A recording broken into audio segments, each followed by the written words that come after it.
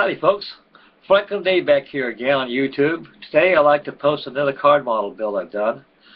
This is the Monterey kit in 133. This is the Douglas TBD Torpedo Bomber. I believe I've done a build thread on this at papermodelers.com, and the kit's out of print. To my knowledge, they'll make it no more, so I guess for I'm going through the internet a few times. I think I've seen a couple of pirate kits of it though, but like I say again, you don't want to build no pirate kits on papermodelers.com because it's forbidden. And anyway, I'd like to show you my TBD Devastator torpedo bomber, and we'll talk about its history and the model itself. Right here, fellas, this is my Monterey card model on a scale of 133, Douglas TBD Torpedo Bomber, and the paint schedule of blue-gray and light gray at the bottom.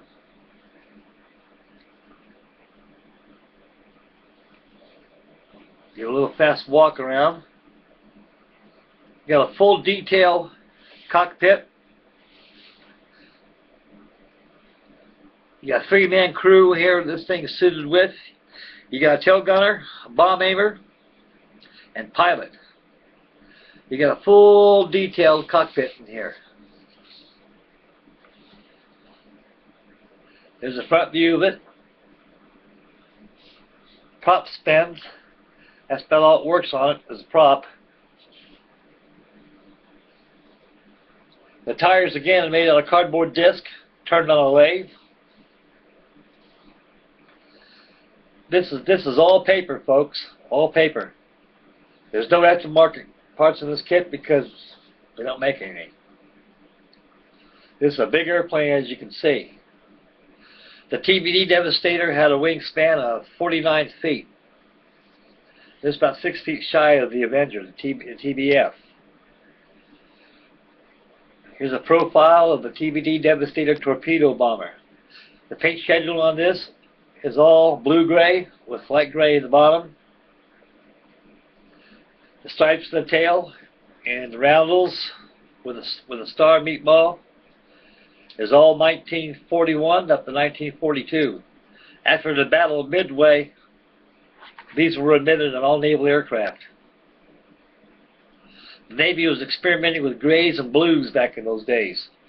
So after the gray-blue was done and over with, they went back to non-specular sea blue, intermediate blue, and white. It had chalking of the shades of the ocean as they flew low, but the paint schedule in this is, like I say, is all blue-gray with light gray at the bottom. Here's the bottom side of the aircraft. As you can see, the torpedo. If you look real close to the head right here, if I get to you, you can see the bomb at the nose of the torpedo right there. You can see the bomb bay doors right there. This aircraft was very versatile. It could be either used as a high-level bomber or torpedo bomber. Excuse me, folks. The TBD was well suited as a torpedo bomber because the T4M Martin torpedo bomber was obsolete. It was stricken from the Naval Register. That TBDs entered service by 1936. And after Pearl Harbor, World War II was declared. And the Battle of Midway was a stepping stone of the island hopping campaign. We got Midway. We had the Japanese on the run after that, as the tide turns. During the Battle of Midway, the TBD Devastator was a failure. He had 16 air crews were killed instantly. Only one survivor left. That was Ensign Gay, or Torpedo Squadron 8. The markings on this TBD Devastator comes from the USS Hornet, Torpedo Squadron 8. I don't know whose aircraft it is. It was not Gay's, and it's not Lieutenant Waldron's. The TBD's Devastator after Battle of Midway, it was stricken from the Naval Register. They had no use for it no more. Lucky they had an ace in the hole, the TBF Avenger. It was a successor to the TBD. Today, in this world today, there's no TBDs left at all. They don't exist in this world. Only thing that exists on TV, books, videos, and models. To my point of view towards it, it's one hell of an airplane. It's a beefy, strong built aircraft. But I think mostly the problem with the Devastator during the Battle of Midway is that the pilots weren't very trained that well. I mean, you had no experienced combat crews that participated during the Battle of Midway. You got to realize we were fighting the Japanese, and they were over 2-3 years prepared as better pilots than what we have now. And evidently that was mostly the failure of the Devastator, is because that the air crews that we had, they weren't experienced pilots. A lot of them, most of them were actually destroyed by gunfire from the ships. Not one of them made their mark on their targets. Not one of them. They were blown out of the sky before they even released their torpedoes. Any of them that released their torpedoes never made their targets. And so that was into that. And the TBF Avenger was the mainstay of the United States Navy. General Motors was a subsidiary of Grumman Aircraft Company, and then the TBM. Now, as back to the kit, the TBD kit was it's a pretty simple kit to build. I don't think a novice will have any problem at all in building it. It was a fun build for me, and